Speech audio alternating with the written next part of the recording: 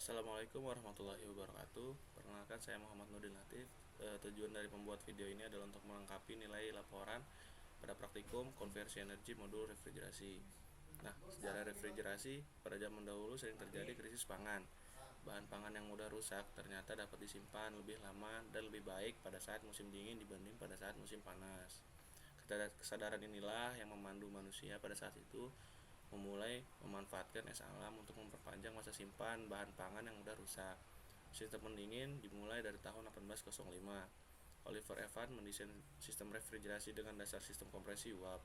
Namun, desain alat ini tidak pernah dibuat.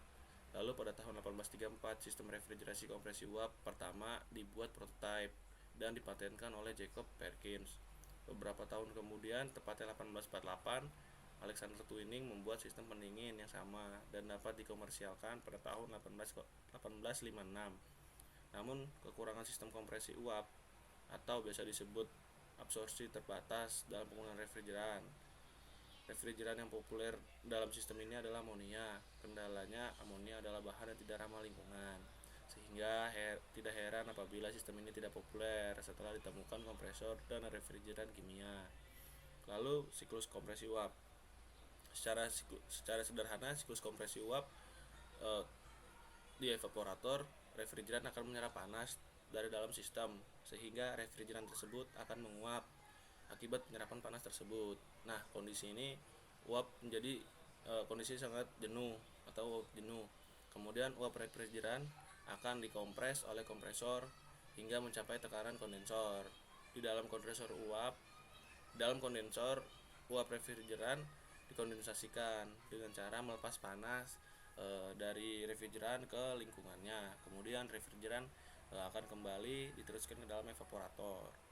Nah, masuk ke tahap selanjutnya yaitu diagram pH dan TS. Nah, ada 4 tahap. Yang pertama ada kompresi, yaitu langkah 1 dan 2. Kompresor digunakan untuk menaikkan tekanan uap refrigeran sampai temperatur pengembunan di atas temperatur media pendinginnya. Proses ini berlangsung dengan entropi konstan. Proses yang kedua adalah kondensasi, yaitu pada langkah 2 sampai 3. Proses ini berlangsung dalam kondensor. Refrigeran yang bertekanan tinggi dan bertemperatur tinggi yang berasal dari kompresor akan melepas kalor sehingga fasanya berubah menjadi cair. Terjadi pengembunan refrigeran di dalam kondensor, di mana uap refrigeran berubah menjadi cair karena panas refrigeran uap diambil oleh media pendinginnya. Prosesnya berlangsung dengan tekanan dan temperatur konstan. Yang ketiga itu ada proses ekspansi, di mana langkah 3 sampai langkah 4 terjadi pada katup ekspansi. Terjadi proses penurunan tekanan dari refrigeran sehingga secara langsung juga menurunkan temperatur sehingga siap untuk dilewatkan ke evaporator untuk mengambil panas dari ruangan. Pada proses ini tidak terjadi pertukaran panas dan entalpi dalam kurung H yang terjadi adalah konstan.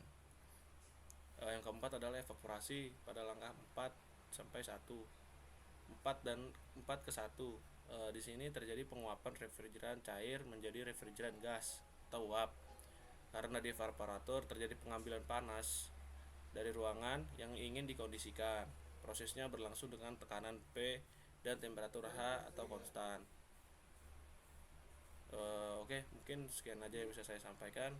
Kurang lebihnya mohon maaf. Wassalamualaikum warahmatullahi wabarakatuh.